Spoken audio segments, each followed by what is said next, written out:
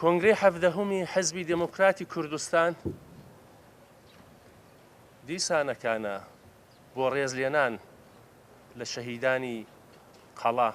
شەهیدانی هەڤدەی خەرمانان کە دەوری ساڵێک و دوومان پێشەستا بوو هەر بەو نێوەن نێودێر کرا ناوێک کە پڕ بە پێستی بوو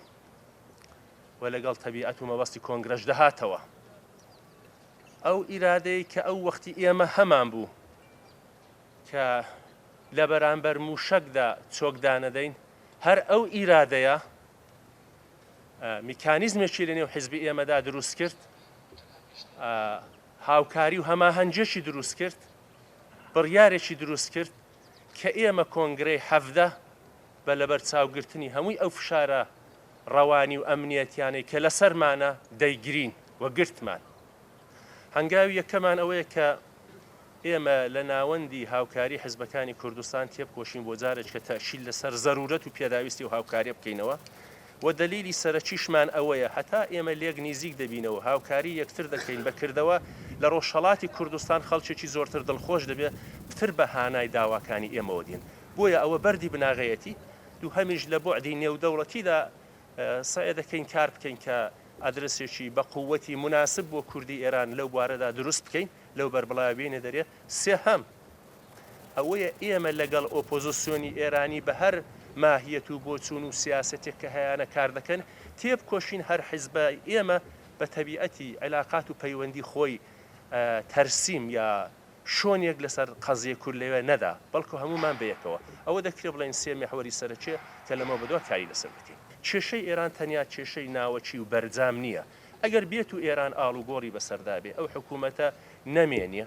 نەمێنێ یا حکوومەتە ئاڵوگۆڕێکی مەحقوڵی بەسەردابێ یا مەسئول بێ دەبێت لە نێوە خۆی وڵات دەست پێ بکە حکوومەتێک لە نێوە خۆی وڵات مەسئول و وەڵامدەر بێ بەرامبەر بە کۆمەڵانی خەڵکی وڵاتەکەی خۆی تەبیعەتەن لە بوعدی نێودەوڵەتیشدا مناسب و مەسئولانە دەجۆڵێتەوە بەڵام ئێمە تێدەکۆشین لەمە بەدووە بەتایبەت وەک ناوەندی هاوکاری حیزبەکان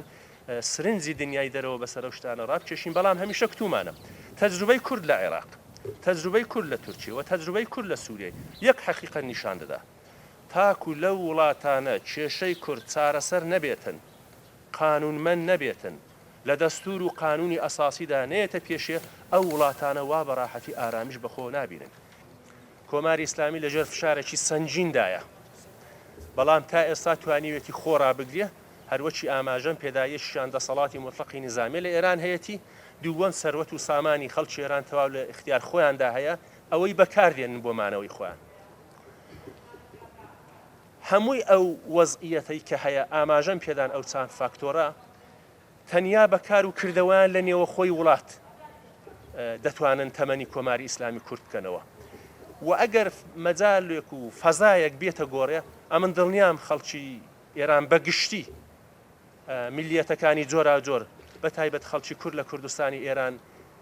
ئاوا لە کۆماری ئیسلامی خۆش نابن کۆماری ئیسلامی جۆرێک خۆی پێناسە کردووە میکانیزمەکانی مانەوەی خۆی جۆرێک هێناوەتە گۆڕێ جۆرێک ریزبەندی بۆ کردووە هەرگز لە کۆڵ ئەو کێشانە نابێتەوە قەیرانی سیاسی ئابووری اقتصادی نێودەوڵەتی تازە دەگەڵ کۆماری ئیسلامی دەڕوە ئەگەر ئەو قەیرانش تێپەرکا قەیرانێکی دیکەی بەدوادادە ئەمن دڵنیام کێشەی ئێران دەگەڵ وڵاتانی ڕۆژهەڵاتی نێوەڕاست کێشەی ئێران دەگەڵ دنیای دەرەوە کێشەی ئێران دەگەڵ ئامریکا بە جۆرێک نەهادی نەبووە پێناسەی کۆماری ئیسلامی ئەوەیە وای خۆ تعریف دەکا و ئەو جۆرە خۆ تعریفکردنەی کە کۆماری ئیسلامی هەیە تەبیعی لەگەڵ کۆمەلگای نێودەوڵەتی نایەتەوە و ئەو حەقیقەتەش لەبەر چاو بگرین سەرەڕای زوڵم و زۆری کۆماری ئیسلامی شعوری سیاسی خەڵک لە نێوە خۆی ئێران زۆر لەسەرەوەیە زۆر بەرزە داواکانیان زۆرە بە دوواداچووندا دەکەن کێشەی دنیای دەرەوە لەگەڵ تاران لەسەر قەزیە ئێمەی کورد نییە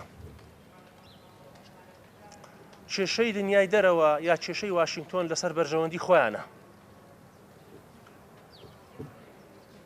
ڕێی جمهورەکانی ئەمریکا هاتن و ڕۆیشتن هەرێکەی سیاسەتیشان بەرامبەر بە ئێران هێنا گۆڕێ و خستیانە نێو بازاری سیاست بە پێی بەرژەوەندی خۆیان بەڵام خەبات و تێکۆشانی ئێمە لە دژی کۆماری ئیسلامی لەوای ئینقلاب ڕادەستی پێکرد شتێک لە خەبات و تێکۆشانی ئێمە لە حەقانیەت و شەرعیەتەکەی لە دژی کۆماری ئیسلامی نەگۆڕاوە هەر لە جێگای خۆیەتی بەردەوام دەچێتە پێشیە بەڵام ئەوانن دێن و دەڕۆن و دێن و دەڕێن و دێن و دەڕێن و ئەو ڕێی جمهورە دێستانەی ئەویدی کە ناخێنێتەوە ئەوە دێ و هەر نازانێت لە فالی ڕێی جمهورەکەی پێشووی ئەمریکادا چشی تێدایە بۆیە دەم هەوێ ئەوە بڵام سیاسەتی ئێمە لە دژی کۆماری ئیسلامی تابعێک نییە لە سیاسەتی واشنگتن لە دژی تاران و سیاسەتی ئێمە لە پەیوەندی لەگەڵ کۆماری ئیسلامیش سیاسەتێک نییە تابعێک بێ لە سیاسەتی واشنگتن یا دنیای دەرەوە لەگەڵ تاران و ئێمە لە ناوەندی هاوکاری حزبەکانی ڕۆژهەڵاتی کوردستانیش وڵا باسێکمان هەیە لەمە بە دوات چۆن تێبکۆشین دیپلۆماسی کوردی ئێران کە دەڵم دیپلۆماسی کوردی ئێران ئەو وەختە لە قالبی حزبێکدا نامێنێتەوە دیپلۆماسی کوردی ئێران سازمان بدەین مدیریەتی بدەین بۆی کە کۆمەلگای نێودەوڵەتی ئێمە بەچەند حزبی بڵاو چاولێ نەکە بەچەند حزبی بڵاو و لێکدور چاولێ نەکە کۆماری ئیسلامی لە نێو خەڵکی خۆیدا زۆر بەدنێوە یەکێک لە هۆیەکانی مانەوەی کۆماری ئیسلامی ئەوەیە ئۆپۆزیسیۆنێکی یەکگرتو تۆکمە و بە بەرنامەی نییە من زۆر جار کتومە ئۆپۆزیسیۆن بوون هونەر نییە هەموو کەس دەتوانێت مخالفی کۆماری ئیسلامی بێ بە ئۆپۆزیسیۆن بەڵام هونەری ئۆپۆزیسیۆن ئەوەیە ببێ بە بەدیل ببێ بە ئەڵتەرناتیڤ ببێ بە ئەدرس ئۆپۆزیسیۆنی ئێرانی لەوەدا کەمی دێنن ئێمە کوردەکانیش لە بابەتە ئیشکالمان هەبوو بۆیە ئێمە تێدەکۆشین لەمەو بەدووە وەک کورد بە دەرەجەی یەکەم و ئەگەر شۆڕ بووینەوە وەک ئێرانیەکان بەگشتی ئۆپۆزیسیۆنی ئێرانی مخالفینی کۆماری ئیسلامی وڵا هاودەنجی یەکگرتوویەکمان هەبێ پەیامێکمان هەبێ بۆ کۆمەلگای نێودەوڵەتی کە بڵێن ئەگەر کۆماری ئیسلامی نا ڕۆیشت نەما ئێمە ئەوە ئێمە هەین ئەوەش ئێمەینە